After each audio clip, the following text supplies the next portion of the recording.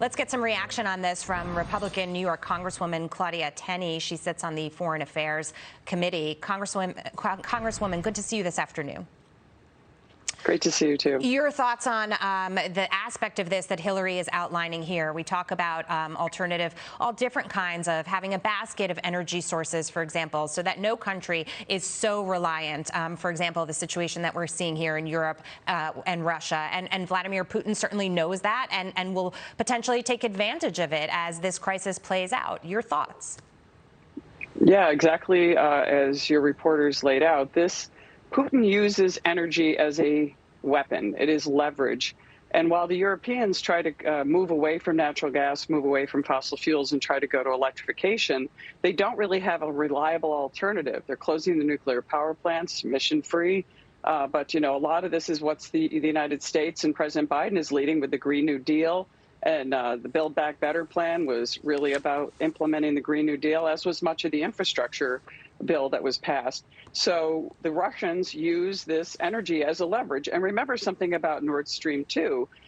This was not a commercial project entirely. This was a project that was a Russian malign influence project. That means Russia was using it in anticipation of us going down this naive trail to be so-called electrified without any fossil fuel usage, which we don't have the infrastructure in place to use.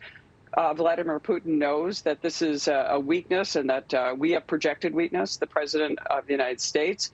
This has been going on. The Russians have been at the border. He declined taking any action on Navy ships earlier on. We've declined helping the Ukrainians in the past. And when you project weakness, Vladimir Putin sees an opening, and he sees an opening on energy. He also sees Ukraine as a potential food security issue. There's a lot of fertile ground and soil in Ukraine. They produce about half the region's, in Europe and Eastern Europe's, grain and other crop supplies. So there isn't a strategic advantage to going to the Ukraine. Plus, with their turn to green energy without having any kind of alternative energy and reliable energy in place, he's able to use that against the Europeans. And we're doing the same things to ourselves. Yeah. We're tying our hands behind our back and hoping we can leverage. And many people looking at the scenario right now, given the facts that you just laid out, saying how could the president essentially allow this to happen and put his seal of approval on the Nord Stream 2 pipeline,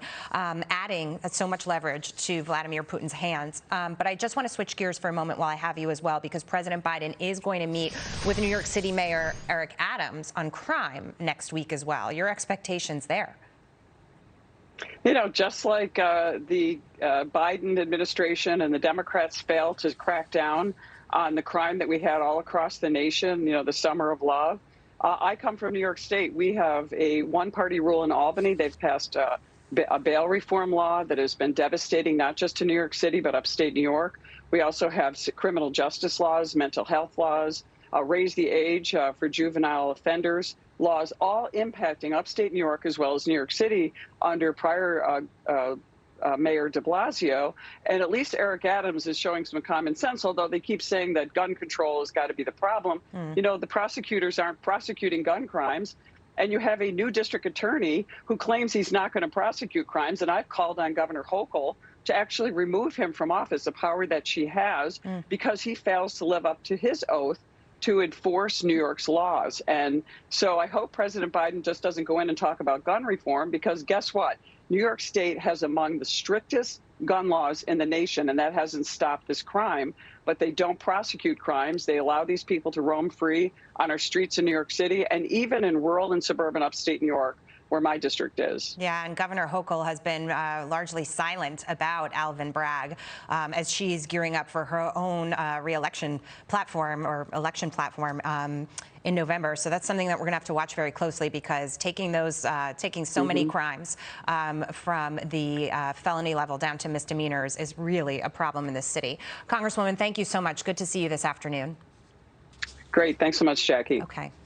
Coming up, the Biden administration gearing up for a Supreme Court showdown as Justice Stephen Breyer prepares to step down. The latest on who the White House is weighing after this.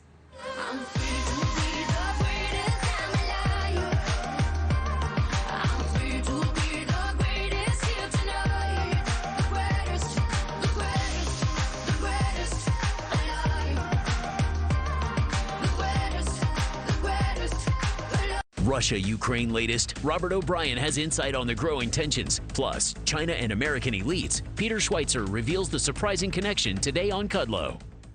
Your shipping manager left to find themselves, leaving you lost. You need to hire. I need Indeed. Indeed you do.